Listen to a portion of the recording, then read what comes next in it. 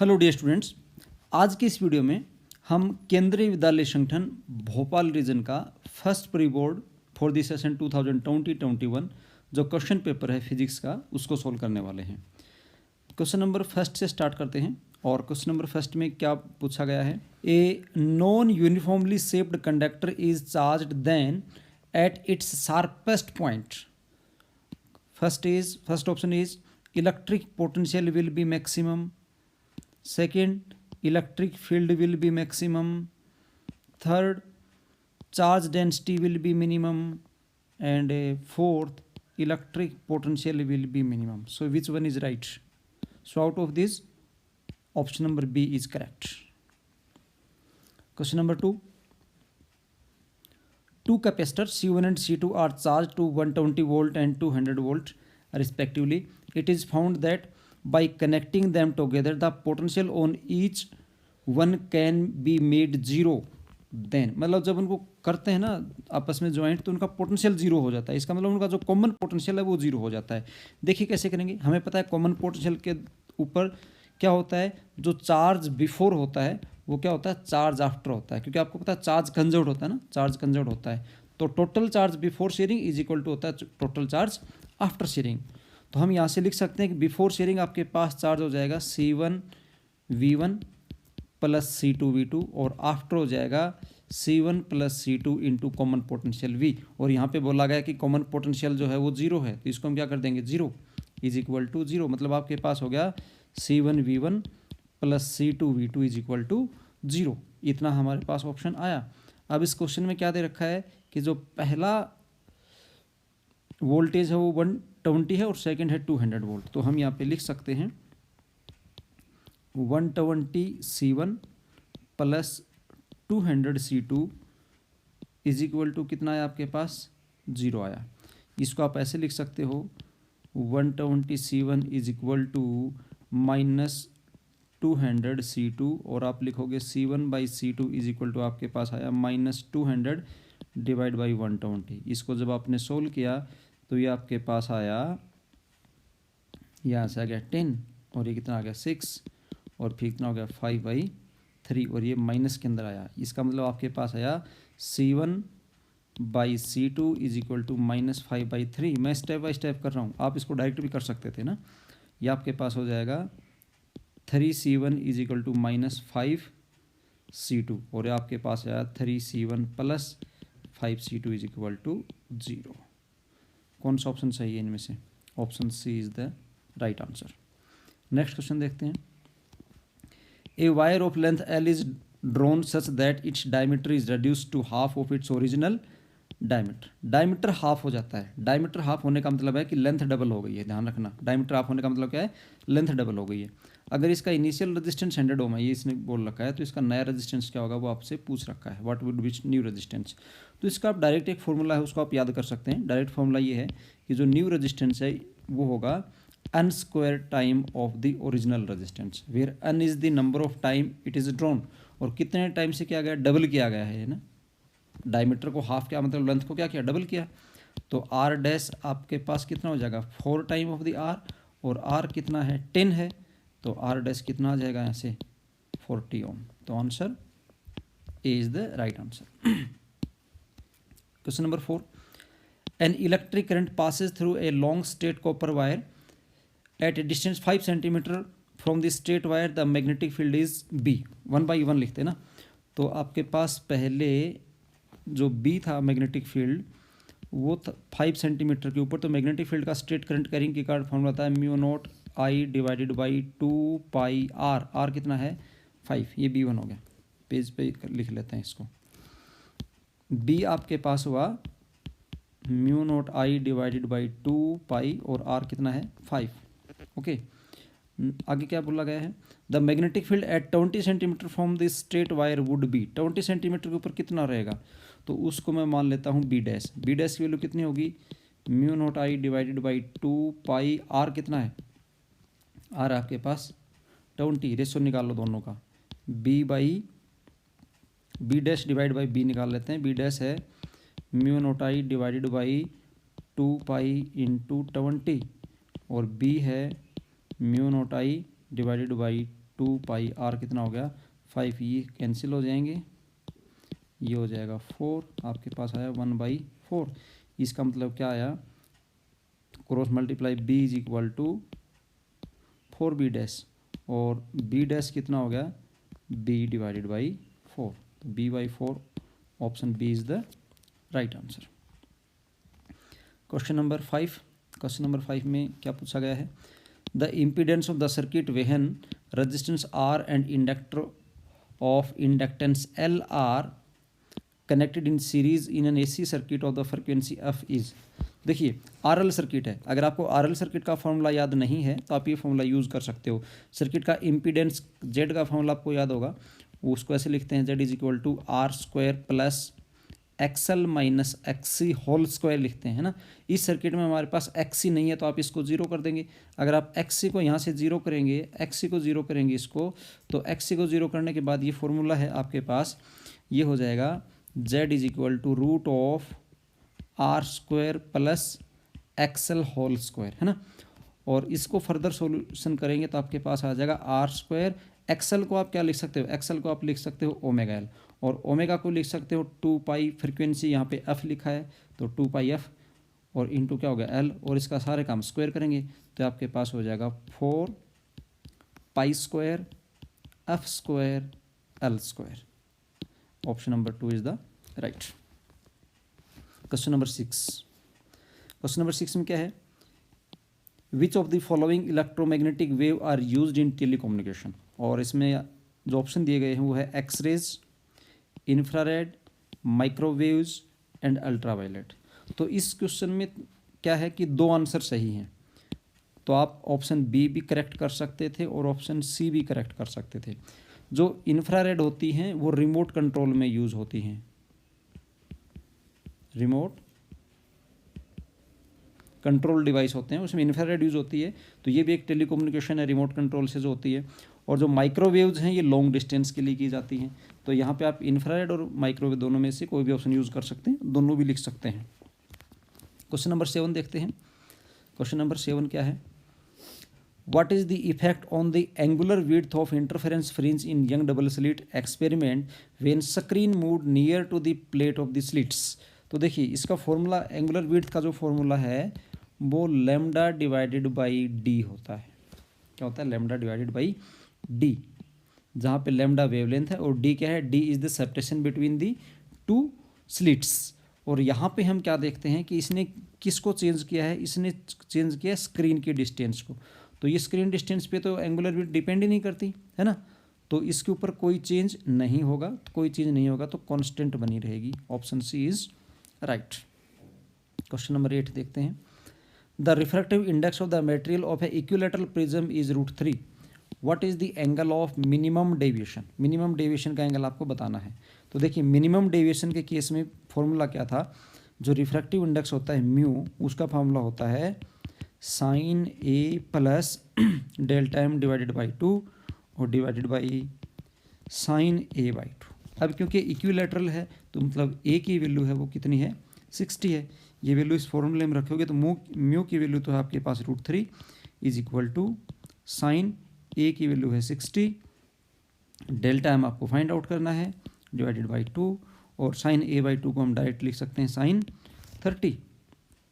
इसको जब हम आगे सोल्व करते हैं तो आपके पास आएगा ये √3 साइन 30 की वैल्यू आपके पास कितनी हो जाएगी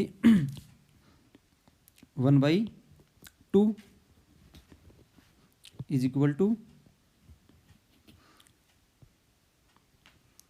साइन 60, आपके पास ये क्या हो जाएगा sine 60 plus delta M divided by 2, यानी आपके पास ये वैल्यू आई √3/2 इज इक्वल टू आपके पास हुआ sine 60 plus delta M divide by 2, और फर्दर सॉल्यूशन करेंगे तो आपके पास आ जाएगा 60 plus delta M by 2 is equal to, इसका साइन इनवर्स लेंगे तो √3/2 कितने डिग्री पे होता है, ये होता है 60 डिग्री के ऊपर साइन का। तो यहाँ से आपके पास आ जाएगा delta M by 2 is equal to, आपके पास ये आंसर आ गया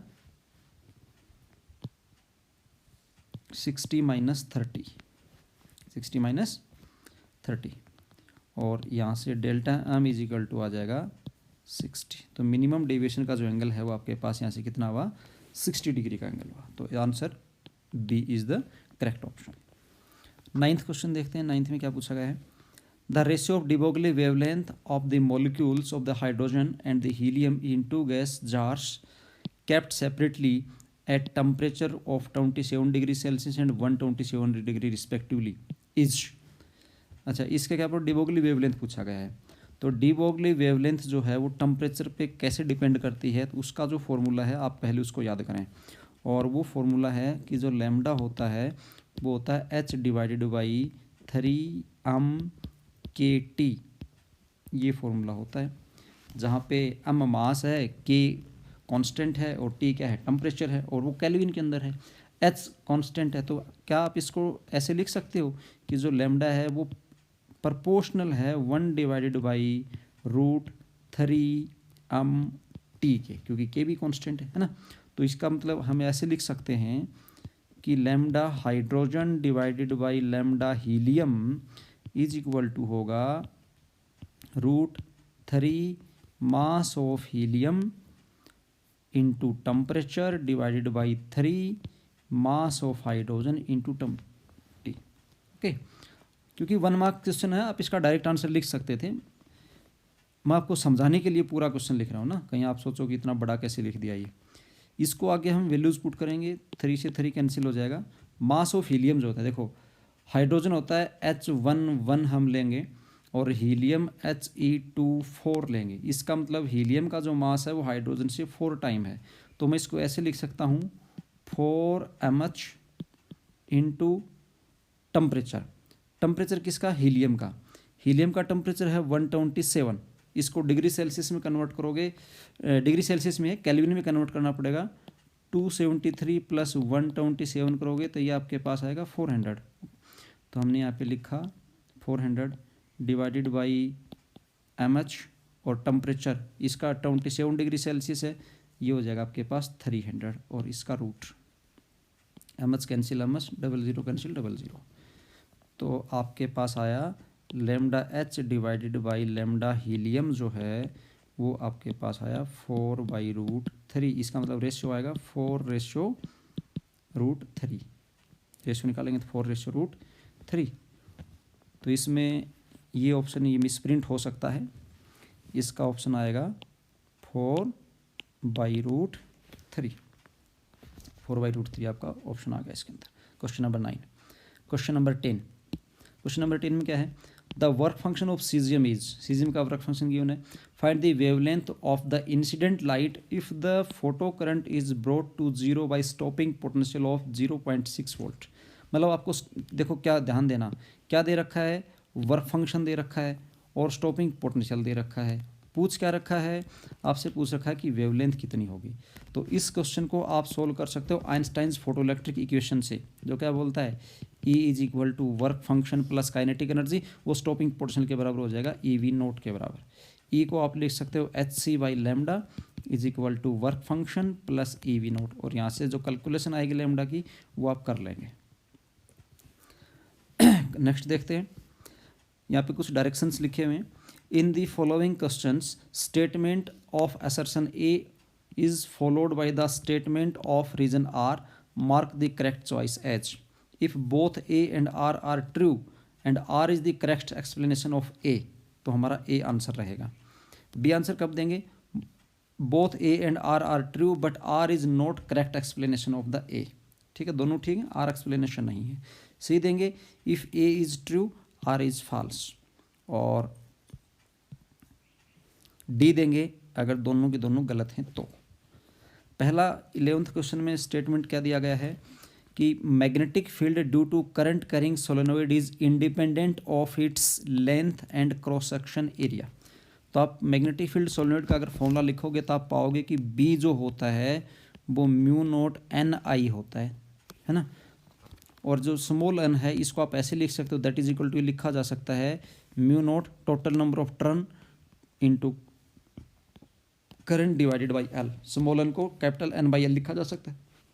इसका मतलब जो B है मैग्नेटिक फील्ड वो लेंथ के डिपेंडेंट है, और यहाँ पे क्या बोलता है इंडिपेंडेंट टू इट्स लेंथ, इसका मतलब ए तो गलत हो लिया, ये तो गलत है, ठीक है। आर और देखते हैं सही है या गलत है। आर में क्या बोला है, magnetic field inside the solenoid is uniform, ये बिल्कुल सही है, ये सही है, मतलब ए गलत है आर ठीक है, ए गलत और आर ठीक, A is true R is false, C answer आपको लिखना है। तो इसका ऑप्शन क्या रहेगा, इसका आंसर रहेगा सी। 12th क्वेश्चन नंबर 12 में क्या पूछा है, an important application of electromagnetic induction is AC generator. Electromagnetic induction की इंपॉर्टेंट एप्लीकेशन है एसी जनरेटर, बिल्कुल सही बात है। एसी जनरेटर जो है वो इलेक्ट्रोमैग्नेटिक इंडक्शन जो होता है उसी के ऊपर बेस्ड होता है, तो ए सही है। बी देखते हैं, the direction of the current change periodically and therefore the current is called alternating current, ये बात भी बिल्कुल सही है। बट यहाँ से हमें ये पता नहीं चल रहा कि इलेक्ट्रोमैग्नेटिक इंडक्शन है और पीरियडिकली चेंज होती है ना, इसका मतलब ए और आर दोनों ठीक हैं, बट आर जो है वो ए की करेक्ट एक्सप्लेनेशन नहीं है। तो इस केस में हमें ऑप्शन नंबर बी लगाना होता है, option B, both A and R true and R is not the correct explanation. इसका आंसर क्या रहेगा, इसका आंसर हो जाएगा B. 13th, in interference and diffraction light energy is redistributed, बिल्कुल ठीक है। रीडिस्ट्रीब्यूशन के कारण आपके पास मैक्सिमा मिनिमा बनते हैं। रीजन क्या दे रखा है, देयर इज नो गेन और loss of energy which is consistent with the principle of conservation of energy, ये बात भी बिल्कुल ठीक है, भी कंजर्वेशन जो होता है एनर्जी का वो फॉलो होता है, तो ये दोनों बात ठीक है। कोई जो एनर्जी रीडिस्ट्रीब्यूटेड होती है, ठीक है, और इसमें किसी प्रकार का कोई एनर्जी का लॉस नहीं हो रहा है, ये बात भी ठीक है। और रीडिस्ट्रीब्यूटेड होती है, इसका मतलब क्या हुआ कि जो एक प्रकार की एनर्जी है ना वो दूसरी एनर्जी में चली जाती है, तो दोनों ठीक है, ए भी ठीक है आर भी ठीक है, और आर जो है वो ए की करेक्ट एक्सप्लेनेशन भी है, तो करेक्ट एक्सप्लेनेशन है, तो ए वाला स्टेटमेंट इसका बिल्कुल सही रहेगा, तो इसका आंसर क्या हो जाएगा, ए हो जाएगा। Question number 14, for the scattering of alpha particles at large angle only the nucleus of the atom is responsible, बिल्कुल सही बात है, क्योंकि न्यूक्लियस के ऊपर पॉजिटिव चार्ज होता है और अल्फा पार्टिकल भी पॉजिटिव है, तो पॉजिटिव को पॉजिटिव ही रिफ्लेक्ट कर सकता है, तो स्टेटमेंट बिल्कुल ठीक है। रीजन क्या लिखा है, nucleus is very heavy in comparison to the electrons, ये बात बिल्कुल सही है, क्योंकि इलेक्ट्रॉन्स का मास नेग्लिजिबली स्मॉल होता है और वो इतना स्मॉल होता है कि वो अल्फा पार्टिकल को डिफ्लेक्ट नहीं कर सकता, उनको रिफ्लेक्ट नहीं कर सकता। ओके, तो ये बिल्कुल सही है, असर्शन भी ठीक है, रीजन भी ठीक है, तो इसका जो आंसर है वो ए आ जाएगा। सेक्शन बी में चलते हैं। सेक्शन बी में एक ये पैसेज है और इस पैसेज को जल्दी जल्दी से हम स्टडी करते हैं, रीड करते हैं इसको। A cylindrical copper conductor A B of length L and area of cross section A has a large number of free electrons which at room temperature move at random within the body of the conductor like the molecule of the gas. The average thermal speed of the free electrons in random motion at room temperature is the order of 10 raised to power minus 5 meter per second. When a potential difference V is applied across the two ends of the given conductor, the free electrons in the conductor experience force and are accelerated towards the positive end of the conductor. On their way, they suffer frequent collision with the ion atoms of the conductor and lose their gained kinetic energy. After each collision, the free electrons are again accelerated due to the electric field towards the positive end of the conductor and lose their gained kinetic energy in the next collision with one ion atom of the conductor. The average speed of the free electrons with which they drift towards the positive end of the conductor under the effect of applied electric field is called drift speed of the or drift velocity of the electron. ये diagram बना के दे रखा है, question पूछे गए हैं यहाँ से, और पहला क्वेश्चन है when an potential difference is applied across two ends of the conductor then electric field exists outside the conductor, inside the conductor, both outside and inside the conductor, none of these. तो electric field जो होता है वो inside the conductor होता है, और यहाँ confuse होने की जरूरत नहीं है, आपने इलेक्ट्रोस्टैटिक्स में पढ़ा था कि कंडक्टर के अंदर इलेक्ट्रिक फील्ड जीरो होता है, बट इलेक्ट्रोडायनामिक का जब केस आता है तो कंडक्टर के अंदर इलेक्ट्रिक फील्ड जीरो नहीं होता है, इलेक्ट्रोडायनामिक में अंदर इलेक्ट्रिक फील्ड एग्जिस्ट कर जाता है, तो inside the conductor electric field exist करेगा, option B is the right. इसका बी पार्ट है, बी पार्ट में क्या पूछा है, the motion of electron in between two successive collision with the atom ion follows. तो वो कैसा पाथ फॉलो करता है, वो कर्व्ड पाथ को फॉलो करता है। C, the drift speed of the electron depends on, electron की ड्रिफ्ट स्पीड किस पे डिपेंड करती है, तो इसमें लिखा है इन्होंने dimensions of the conductor, number density of free electrons in the conductor both A and B and none of this. तो देखिए जो ड्रिफ्ट वेलोसिटी का फार्मूला होता है, एक तो आप लिखते हो ड्रिफ्ट वेलोसिटी जो ई डी होता है वो E V tau divided by M L होता है ना। और एक रियली में अगर हम देखें तो करंट के साथ फॉर्मूला होता है I is equal to N E A V D, I is equal to N E A V D होता है। और यहाँ से अगर हम गिवन पोटेंशियल के ऊपर देखेंगे तो करंट कांस्टेंट हो जाएगा, अगर हम वी को कांस्टेंट कर देंगे तो आई की वैल्यू क्या हो जाएगी, कांस्टेंट। तो जो वी डी की वैल्यू है वो आपके पास आ जाएगी I divided by N E ए, ठीक है। आई कांस्टेंट कर दूंगा तो एन ई ए, ई ऑलरेडी कांस्टेंट है तो मैं लिख सकता हूँ यहाँ से कि हमारे पास जो ड्रिफ्ट वेलोसिटी है वी डी वो एन और ए पे डिपेंड कर रही है इनवर्सली, वो एन पे और ए पे इनवर्सली डिपेंड कर रही है, ठीक है। लेकिन यहाँ पे क्या बोला गया है कि डायमेंशन बोला गया है, तो डायमेंशन में तो देखो ध्यान से लेंथ भी आती है, डायमेंशन में क्या आती है, लेंथ भी आती है। तो ये थोड़ा कंफ्यूजिंग हो सकता है, बट डायमेंशन में एरिया भी आता है ना। तो ड्रिफ्ट वेलोसिटी एरिया पे भी डिपेंड करती है, मतलब जहाँ पे एरिया ज़्यादा होगा वहाँ पे ड्रिफ्ट वेलोसिटी कम हो जाएगी। और कंडक्टर की नंबर डेंसिटी पे भी डिपेंड करती है, अगर आप नंबर डेंसिटी को कम ज़्यादा करोगे तो उसके अकॉर्डिंग जो ड्रिफ्ट स्पीड है इलेक्ट्रॉन्स की वो भी चेंज हो जाएगी। तो ए आंसर ठीक है। Number density of free electrons ये तो दे ही रखा है, बी भी ठीक है, तो इसका मतलब answer C is the right answer. C में दोनों दे रखे हैं, both A and A B, and C is the right answer. D part में the current in the conductor is due to, current किसके कारण है, उसके रीजन है thermal motion of free electrons, thermal motion के कारण नहीं होता क्योंकि इसके कारण इनिशियल वेलोसिटी जीरो हो जाएगी। Acceleration of the electrons towards the positive end of the conductor, drifting of the electrons towards the positive end of the conductor, none of the above. तो ये जो कंडक्टर्स के पॉजिटिव एंड की तरफ electron drift करते हैं, drift जो velocity जो होती है इलेक्ट्रॉन्स की, उसके कारण हमारे पास करंट आता है। और ई ऑप्शन इसका है drift current is due to, क्यों है ड्रिफ्ट करंट का रीज़न क्या है, तो उसका जो रीज़न है ड्रिफ्ट करंट का वो है applied electric field over a given distance, random motion of electrons, random motion of holes और रिकम्बिनेशन ऑफ, ये इलेक्ट्रॉन होल का तो इसमें कोई कॉन्सेप्ट नहीं है रिकम्बिनेशन का, रैंडम मोशन ऑफ होल्स का भी नहीं है, रैंडम मोशन ऑफ इलेक्ट्रॉन्स का भी नहीं है, अप्लाइड इलेक्ट्रिक फील्ड के कारण है। तो इसका जो आंसर आएगा वो ए आएगा, applied electric field over a given region. Question number 16 sparkling brilliance of diamond. ये जो क्वेश्चन है, ये क्वेश्चन हमें देखने से लग रहा है same as it is question है जो सीबीएसई के सैम्पल क्वेश्चन पेपर में था और उसमें हम ये सोल्व कर चुके हैं। अगर आपने वीडियो नहीं देखा है तो इसका आपको लिंक डिस्क्रिप्शन बॉक्स में मिल जाएगा, वहाँ जाके इसका सोल्यूशन आप देख सकते हो। तो इसके अंदर हम टाइम नहीं लगाएंगे, नेक्स्ट क्वेश्चन के ऊपर चलते हैं। और नेक्स्ट क्वेश्चन इसका जो है वो नेक्स्ट सेक्शन सी है, सेक्शन जो सी है वो हम नेक्स्ट वीडियो में सोल्व करेंगे।